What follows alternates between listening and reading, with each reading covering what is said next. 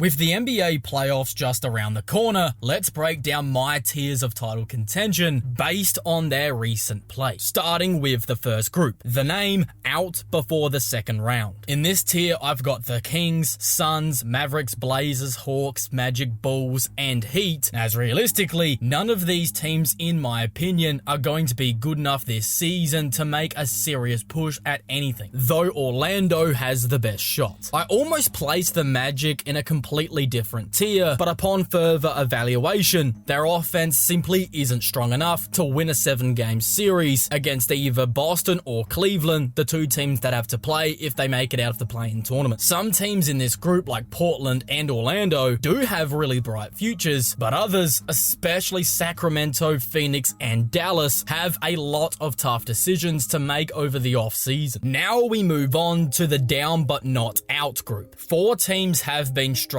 recently, but aren't completely out of the mix just yet. This tier includes the Bucks, Knicks, Clippers, and Memphis Grizzlies. For the Knicks, Jalen Brunson has been out for about 2 weeks, and it's taken a toll on the team. But even before his injury, their record against the top teams in the league has already been a concern, leading many to already count them out. Although I'm not going that far, I do think that the OG Anunoby-Mikal Bridges pairing on the wing has been a huge letdown defensively, because that duo was supposed to put them on the level of Boston, but that has simply not panned out. For the Bucks, they've been inconsistent all season long, and they're back in another slump. This time, the offense is struggling again, as Giannis just had his 3 worst shooting performances of the season, including a brutal 31% outing against Golden State. After that game, Doc Rivers had held a meeting with Dame and Giannis to talk through their offensive struggles, allowing them to give input to help make the offense better, which to me is a huge red flag. They've already had 70 games to figure things out, and it feels like they still don't have a clear identity of what they're trying to do offensively. Some nights you see them taking a lot of threes, and other nights they barely attempt them, trying to go to the bucket more, and beyond that, some nights they're posting up heavy, some nights they're swinging the ball looking for threes, as Milwaukee are just a complete mixed bag offensively, and for a second that might sound like a good thing, keeping your opponents on your toes, but that is just not the case, because this team has not gone fully in on doing anything offensively, meaning they are just below average at everything. It's crazy to look back and think that swapping Drew Holiday for Damian Lillard actually made Milwaukee worse offensively.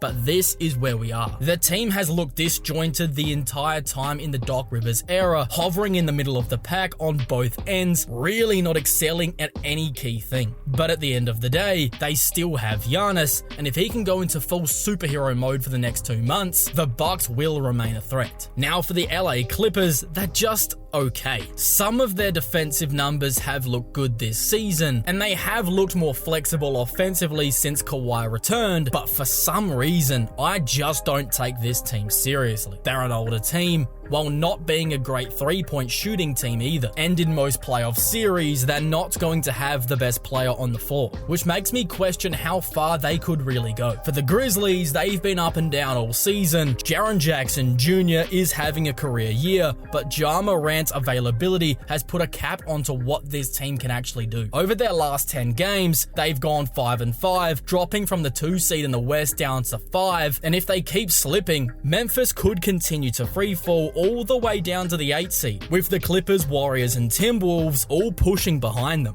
The Grizzlies' biggest questions are about health, but they have still been a solid team on both sides of the ball. Their unique system, built around Ja Morant and Jaren Jackson Jr. going left, along with their revolutionary off-ball movement, sees them to be a tough matchup to have to defend. But the main thing that's keeping me optimistic about Memphis is Ja Morant in the clutch. Even on bad shooting nights, Morant has still been able to step up in these big moments, proving that he's the heartbeat of the team, and if the Grizzlies could just keep games close, they genuinely have a shot to beat anybody. Alright, let's talk about the feel-good stories of the season, which is my next tier. And the 2 teams that I have here have completely flipped the script from last season. the Houston Rockets and Detroit Pistons. Both have familiar identities as they play great defense, push the pace, and bring that young, energetic play style every single night. And the crazy part, they aren't just competing with the top teams, they're actually beating them as well. Now, by no means do I think that Detroit or Houston has a better chance to beat the 4 teams I just mentioned, but I want to rank them higher in these tiers just because it's a feel-good story, to be honest. For Detroit, what a turnaround. Last season, the Pistons were literally the worst professional sports team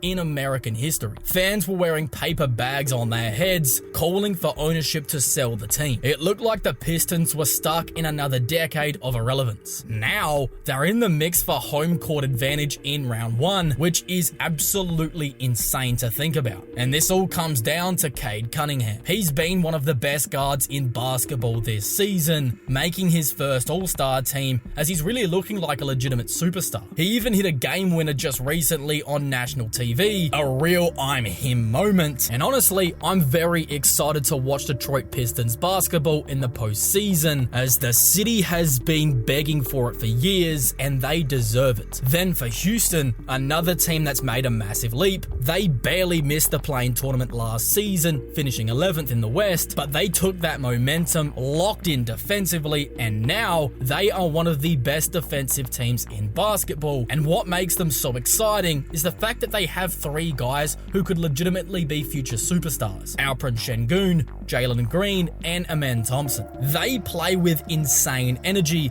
crashing the glass and getting after it on defense. Coach Ime Udoka came in and completely changed the culture and outlook of this franchise, and you can tell that the entire team bought in from day one. And here's the craziest part. The Rockets are the 2 seed in the West with a 45-25 record, and if they keep this up, they could also host a first-round playoff series, which is just as wild to think about. Now, as I mentioned earlier, I'm not saying that they're a title contender just yet, as both these teams are super young, and experience does matter in the postseason. But with the right matchup, they could absolutely win a series, but beyond that, it might be a little bit early. But man, both these teams are coming in the next couple of years. Alright, now we're getting into the sleeper teams tier, and I've got one from each conference. For me, those teams are the Indiana Pacers and the Minnesota Timberwolves. They're slept on for opposite reasons. For the Pacers, people don't trust their defense, and for the Timberwolves, people don't trust their offense. Last season and even earlier this year, those criticisms were fair, but lately, that narrative really does not hold up anymore, which for me has both these teams being slept on right now. Indiana's defense has quietly taken a massive leap this season, going from 24th rated to 16th best this season in defensive rating. Rick Carlisle has them playing an ultra-aggressive style, sometimes pressing teams from even 94 feet from the basket, and that's usually the role of Andrew Nembhard, who has proven to be a pretty solid point-of-attack defender, while Miles Turner is still one of the league's best shot blockers. On top of that, they have hard-nosed, tough defenders like Aaron Nesmith and TJ McConnell, plus the versatile two-way presence of a Pascal Siakam. Long story short, this team is way more balanced than people give them credit for, and for me, I think they are being seriously overlooked in the Eastern Conference, especially given how well Tyrese Halliburton has been playing recently, as he looks like the guy that bursted onto the scene early last season and took the league by storm. Then you've got Minnesota. After trading Karl Anthony Towns to the Knicks for Julius Randle and Donte DiVincenzo, their offense and honestly entire team morale took a very large hit. Their defense did stay solid, ranking 6th in the NBA, but offensively it was super rough to start the season. The floor spacing was a complete mess, with Gobert and Randle clogging the paint, making it incredibly difficult for Anthony Edwards to get to the rim. On top of that, Donte DiVincenzo and Mike Conley could not buy a bucket from outside, but here's the thing, they figured it out. Minnesota has completely flipped their offense, climbing all the way to 10th rated in offensive rating. They also just ripped off an 8-game winning streak, and with Julius Randle back from injury, the offense is flowing way better than before. Meanwhile, their defense is still elite, and let me tell you, there are fake tough teams in this league, but Minnesota is not one of them. They want to get up into your face, and they thrive off that type of energy. And here's the other thing I don't really understand. Both these teams made the conference finals last season, yet somehow everybody is sleeping on them again, despite the fact we just saw them do it. So why couldn't they do it again? That's exactly why Minnesota and Indiana are my sleeper teams right now. Let's talk about the teams nobody wants to see in the playoffs. If you see this squad warming up on the opposite side of the court from you in a playoff series, you might be in big trouble. And these teams are the Los Angeles Lakers and Golden State Warriors. Both teams made huge moves at the trade deadline, and for the Lakers, they pulled off the most lopsided trade in the history of the league. For Golden State, they added the exact type of veteran player they needed both in the locker room and on the court. For the Lakers, having LeBron James and Luka Doncic on the same team is a nightmare for anyone, and from the small sample size we've seen so far,